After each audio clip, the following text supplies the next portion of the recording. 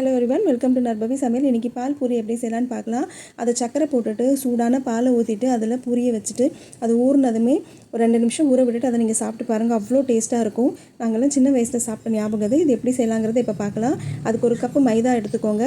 அது கூட கொஞ்சம் உப்பு போட்டுட்டு எண்ணெய் விட்டுட்டு நல்லா நீங்கள் சப்பாத்தி மாவு மாதிரி பிசைஞ்சு வச்சுக்கணும். ஒரு 5 நிமிஷம் அதை மூடி போட்டு வச்சுருங்க. வச்சுட்டு நல்ல ஒரு பெரிய உருண்டையாக அதை திரட்டிக்கோங்க.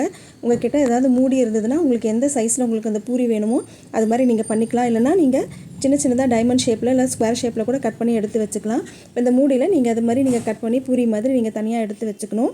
எடுத்து வச்சுட்டு எல்லாத்தையும் இது மாதிரி செஞ்சுக்கோங்க. இப்போ அடுப்பில் எண்ணெய் விட்டுட்டு நல்லா பூரி மாதிரி அதை நம்ம பொரித்து எடுத்துக்கணும். நம்ம பொரித்து எடுத்துகிட்டு அதை நம்ம நீங்கள் ஒரு டப்பாவில் நீங்கள் ஒரு 10 நாள் ஸ்டோர் பண்ணி நீங்கள் வச்சுக்கலாம். நல்லா முறுமுறுன்னே இருக்கும். இது நீங்கள் தேவைப்படும் போதெல்லாம் நீங்கள் போட்டு கொடுக்கலாம். நீங்கள் பசங்களுக்கு அவ்வளோ விரும்பி சாப்பிடுவாங்க. செஞ்சு பார்த்துட்டு எப்படி இருக்குன்னு சொல்லுங்கள். அன்போடு சமைங்க, ஆரோக்கியமாக சாப்பிடுங்க. நன்றி.